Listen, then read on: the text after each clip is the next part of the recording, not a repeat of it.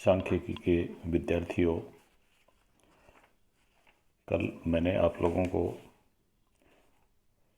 व्याख्यान के अंत में अप्रोक्सीमेशन के ऊपर व्याख्यान में बताया। अप्रोक्सीमेशन होता है कि उसको फिगर को निकटतम अंक तक लेके आना, लगभग। और सामान्य रूप से अपन जो काम में लेंगे वो आप लोगों को ये बता दिया था कि अंतिम फिगर 5 या 5 से अधिक होने पर या 5 या 5 से कम होने पर या तो अंतिम फिगर को बढ़ा दिया जाता है या कम कर दिया जाता है। उपसाधन, अप्रोक्सीमेशन को कहते हैं उपसाधन। और उपसाधन इकाई तक हो सकता है, सैकड़ा तक हो सकता है, 1000 तक हो सकता है, 10,000 तक हो सकता है, लाख तक हो सकता है, 10 लाख, इस तरह से आगे अप्रोक्सीमेशन किया जा सकता है। ये अपने को देखना है कि आपको अप्रोक्सीमेशन कहाँ तक करना है। तो ये अप्रोक्सीमेशन आप लोगों ने कल किया और आपसे अपेक्षा है कि आप लोग इसको बुक में अच्छे से और देख लेंगे। जब देख लेंगे तो फिर कोई दिक्कत नहीं होगी। और फिर उसके आगे आपने ये भी देखा था कि एरर्स क्या होती हैं। अभी तक आप लोगों को केवल ये पता था कि मिस्टेक होती है, मिस्टेक मानी गलती होती है, लेकिन एरर, और यहाँ पर एरर को हिंदी में अपन कहेंगे विभ्रम। एरर शब्द से वैसे आप लोग परिचित होंगे, इसमें कोई दो राय की बात नहीं है, क्योंकि +2 में अकाउंटेंसी की जो बुक है उसमें एक चैप्टर होता है rectification of errors, rectification of errors. लेकिन वहाँ उसको हिंदी में कहा था अशुद्धियों का सुधार। और यहाँ एरर को अशुद्धि न कह के यहाँ सांख्यिकी में कह रखा है विभ्रम। बात सेम है, लेकिन वो गलती से या मिस्टेक से अलग है। मिस्टेक को अपन रोक सकते हैं, जबकि एरर को रोका जाना संभव नहीं है, क्योंकि सांख्यिकीय अनुमान और वास्तविक समंकों में अंतर होना स्वाभाविक है। सांख्यिकी में अपन अनुमान लगाते हैं और अनुमान के आधार पर फिर बाद में देखते हैं कि वास्तव में एक्चुअल पोजीशन क्या रही। इस अंतर को सांख्यिकी विभ्रम कहते हैं। सांख्यिकी विभ्रम हुआ एस्टिमेट और एक्चुअल का अंतर, एक्चुअल माइनस एस्टिमेट।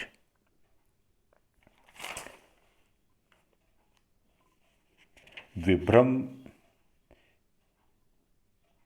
जो होता है वो, उसका एक मुख्य कारण है कि जब आप डेटाज इकट्ठे करते हैं, कलेक्शन ऑफ डेटाज करते हैं, सैम्पलिंग लेते हैं, उस टाइम कहीं न कहीं ये एरर होने की संभावना रहती है और एरर होता है। ये जो एरर है वो भी दो तरह का हो सकता है, बायस्ड और अनबायस्ड। बायस्ड मानी पक्षपात करना होता है बायस्ड, और अनबायस्ड होता है जिसमें पक्षपात नहीं हो। यहाँ हिंदी जो शब्द दिया गया है इसका वो है अभिनत बायस्ड और अनभिनत अनबायस्ड। बायस्ड एंड अनबायस्ड, अभिनत एंड अनभिनत। जो बायस्ड एरर होता है उसको अपन इस तरह से समझ सकते हैं, यदि अनुमान तथा वास्तविक परिणामों में अंतर सूचना संकलनकर्ता अथवा सूचना देने वालों के पक्षपात के कारण उत्पन्न होता है, तो उसे अभिनत विभ्रम कहते हैं। यानी जो सूचना संकलन करता है या सूचना देने वाले हैं, उनके पक्षपात के कारण अगर अंतर उत्पन्न होता है तो वो कहलाता है अभिनत। और अनभिनत, अनभिनत विभ्रम जानबूझकर नहीं किया जाता, बल्कि अनजाने में हो जाता है। जैसे एक दूध मापने वाली मशीन के द्वारा कभी 1.010 लीटर दूध मापना, तो कभी 995 मिलीमीटर दूध मापना। कई बार बहुत माइनर अंतर मशीन में भी आ जाता है, और वो अंतर होता है वो बिना पक्षपात के होता है, जिसको अपन कहते हैं अनबायस्ड, और हिंदी में कहा अनभिनत विभ्रम। तो विभ्रम दो तरह के हो गए, एक बायस्ड और दूसरा अनबायस्ड, अभिनत और अनभिनत। तो ये आप लोगों को समझने की ज़रूरत है। अब इसमें आपको परीक्षा के हिसाब से पूछा जा सकता है कि बायस्ड और अनबायस्ड में अंतर बताइए। वैसे मोटे रूप से अंतर आप समझ गए हैं, फिर भी 3-4 पॉइंट के द्वारा इस अंतर को समझने की अपन कोशिश करते हैं। जिसमें पहला पॉइंट है उत्पत्ति। इसकी ये होता कैसे, उत्पन्न कैसा होता है। तो दो कॉलम अपन ने बना लिए, एक बायस्ड का, एक अनबायस्ड का, अभिनत विभ्रम और अनभिनत। अभिनत विभ्रम में लिखेंगे, अभिनत विभ्रम प्रगणकों अथवा सूचकों के पक्षपातपूर्ण दोषपूर्ण प्रतिदर्श इकाइयों अथवा निर्वाचन के कारण उत्पन्न होता है। अभिनत बायस्ड जो होता है वो प्रगणकों को आपने इंग्लिश में मैंने बताया था, इसके लिए शब्द है, प्रगणक को इन्यूमरेटर कहते हैं, अथवा यानी इन्यूमरेटर वो होता है जो सूचनाएं इकट्ठी करता है, अथवा सूचक वो होते हैं जो सूचना देते हैं। उनके पक्षपात के कारण उत्पन्न होता है। कौन सा? बायस्ड। और अनबायस्ड या अनभिनत विभ्रम स्वाभाविक रूप से अथवा लापरवाही के कारण उत्पन्न हो सकता है। विभ्रम की दशा, अभिनत विभ्रम एक ही दिशा में होते हैं। अभिनत बायस्ड होते हैं, वो जिधर उनको मोड़ना चाहते हैं उधर ही जाते हैं, बायस्ड। और अनबायस्ड हैं, वो किसी भी दशा में हो सकते हैं। आपके लिए प्लस में भी हो सकता है, आपके लिए माइनस में भी हो सकता है। फिर अंतर का एक कारण दे सकते हैं परिणामों पर बहुत अधिक प्रभाव पड़ता है बायस्ड एरर का। अभिनत विभ्रम है, उसका परिणामों पर बहुत अधिक प्रभाव पड़ता है। और अनभिनत में लिखेंगे आप, परिणामों पर इकाइयों की संख्या अधिक होने पर कोई सार्थक प्रभाव नहीं पड़ता। इकाइयों की संख्या बहुत ज़्यादा होती है और अनबायस्ड में कोई विशेष फर्क नहीं पड़ता, क्योंकि गलती बहुत थोड़ी सी होती है। फिर उसके बाद में अंतर का अगला एक कारण दिया जा सकता है प्रकृति। बायस्ड के बारे में अपन लिखेंगे, अभिनत विभ्रम संचयी होते हैं। संचयी मानी वो जुड़ते जाते हैं, एक दूसरे में जुड़ते जाते हैं। बायस्ड जो विभ्रम है, अनुसंधान का क्षेत्र व्यापक होने पर त्रुटि की मात्रा भी उतनी ही अधिक होगी, जबकि अनबायस्ड विभ्रम पूरक या समकारी होते हैं, क्योंकि धनात्मक व ऋणात्मक त्रुटियां एक दूसरे को समाप्त कर देती हैं। यानी वहाँ पर कुछ चेंजेज हैं वो पक्ष के होते हैं, कुछ विपक्ष के होते हैं, इसलिए एक दूसरे के प्रभाव को समाप्त कर देती हैं। तो ये दो विभ्रम अपन ने स्टैटिस्टिकल एरर देखे और उनका परिचय किया अपन ने। फिर उसके बाद में आगे अपन चलते हैं। विभ्रम में अपन ने बात करी बायस्ड और अनबायस्ड की। अब उसके बाद में दूसरा विभ्रम एक होता है, उनको और देखते हैं अपन। एक होता है शाक्य विभ्रम व संभाव्य विभ्रम। शाक्य विभ्रम होता है पॉसिबल, और संभाव्य विभ्रम को कहते हैं प्रोबेबल एरर। तो दो तरह के एरर हैं, एक पॉसिबल एरर है और एक प्रोबेबल एरर। त्रुटि की अधिकतम सीमा शक्य विभ्रम कहलाती है, पॉसिबल एरर। यानी त्रुटि की अधिकतम सीमा क्या होगी, ये कहलाता है पॉसिबल एरर। ऐसी त्रुटि का अनुमान धनात्मक और ऋणात्मक दोनों दिशाओं की ओर से लगाया जाता है। तो ये है कि त्रुटि की अधिकतम सीमा क्या होगी, वो हुआ पॉसिबल एरर, जो प्लस में और माइनस में दोनों दिशाओं में होता है। फिर उसके बाद में आपको समझना है प्रोबेबल एरर। प्रोबेबल एरर का मतलब है संभाव्य विभ्रम।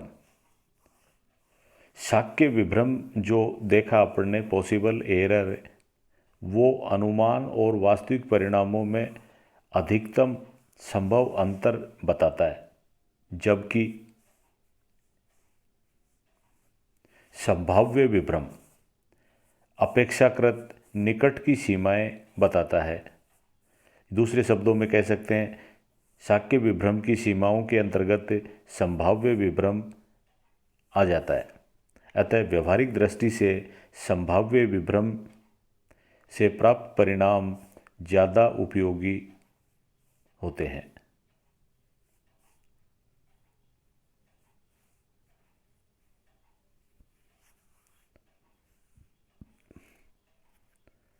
शाक्य विभ्रम और संभाव्य विभ्रम, ये देखने के बाद में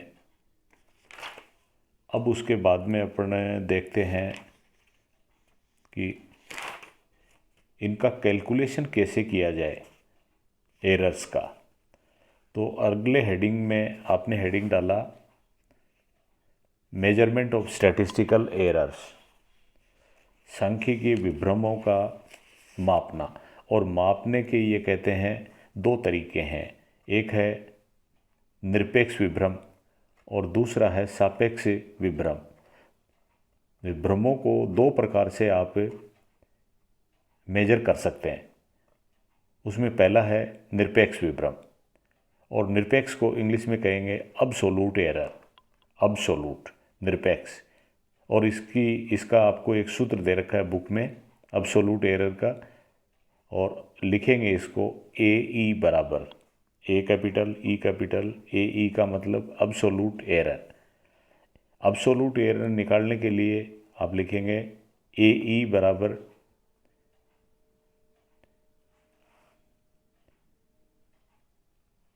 actual minus estimate, actual minus estimate, A minus E. तो अब्सोलूट एरर का सूत्र हुआ ए माइनस ई, और ए का मतलब एक्चुअल वैल्यू और ई का मतलब एस्टिमेटेड वैल्यू। एक होती है वास्तविक मूल्य और एक होता है अनुमानित मूल्य। अनुमानित मूल्य बाद में आता है, अनुमानित मूल्य अपन लगा लेते हैं पहले अनुमान, और वास्तविक स्थिति का पता बाद में लगता है। तो ये जो विभ्रम है वो प्लस में भी हो सकता है, माइनस में भी हो सकता है। तो इसका सूत्र हुआ ए ई बराबर, ये ए ई शुरू में है वो कैपिटल है, और जिसको कहा अब्सोलूट एरर। अब्सोलूट एरर बराबर एक्चुअल में से एस्टीमेट घटा दो, तो ये आ जाएगा आपका निरपेक्ष विभ्रम। और फिर उसके बाद में सापेक्ष विभ्रम दूसरा होता है। सापेक्ष विभ्रम, पहला माप हुआ निरपेक्ष विभ्रम और दूसरा माप होगा सापेक्ष विभ्रम। सापेक्ष विभ्रम को इंग्लिश में कहते हैं रिलेटिव एरर, रिलेटिव,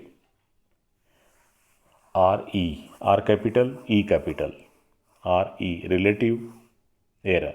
और रिलेटिव एरर निकालने के लिए आप निकालेंगे पहले अब्सोलूट एरर। अब्सोलूट एरर पहले आपने देख लिया, वो अब्सोलूट एरर, उसमें भाग दे देंगे एस्टीमेट वैल्यू का।